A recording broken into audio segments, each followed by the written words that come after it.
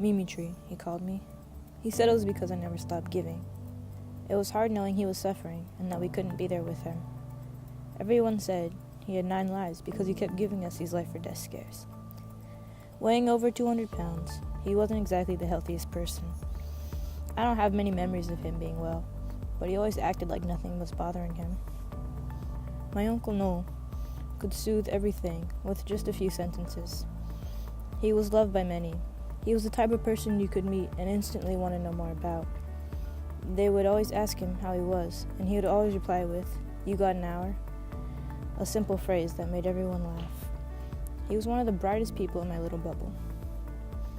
There was this one time, I walked into his little apartment in the facility he was staying at, and he was sitting there, gasping for air, as if he had been having trouble breathing for a while. I looked at my mother with these scared eyes. It was something I hadn't seen before. She ran past me and to him in a hurry, and asked him if he was okay. His hands were trembling, and his whole body was shaking. Spasms, they called them. He would have them continuously for 1 to 2 minutes. They were like short death periods to my 13-year-old eyes. When he started getting really sick, we would drive to Washington almost every other weekend to be with him. The 7-hour drive became a lifestyle, and the views became landmarks. The small towns we passed were nothing but a chance to get out and stretch. Maybe grab a bite to eat. He was never in a hurry to get places. He would always take his time with everything. He taught me to enjoy the little things. He would look at me with his scruffy beard and big eyes and say, "What's the point of moving fast if we're all going to get there eventually?" It made me realize the little things and not to take them for granted. When I was 13, I thought it was the worst thing ever that I might like boys and girls. I couldn't imagine anyone accepting it. We went up to see him for this one long weekend, and we were sitting there in silence for a bit. He asked me what was wrong or what was on my mind.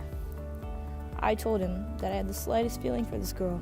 He looked at me and said, "Mimi Tree, you can like whoever you want. The rest doesn't matter.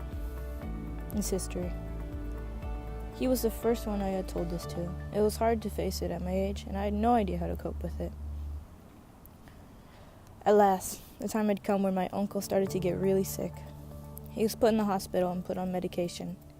He was very frail, kind of like a big teddy bear. There weren't many things he could do.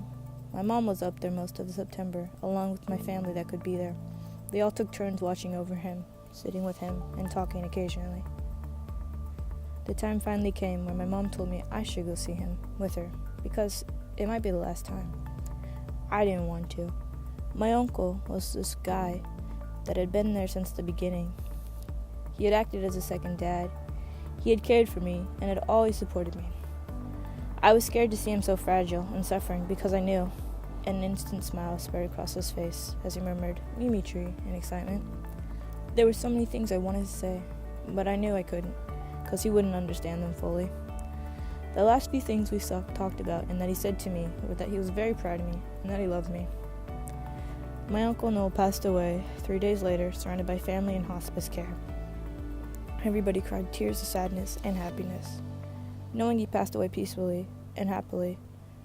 The next few weeks were hard on everyone, but we all made it through.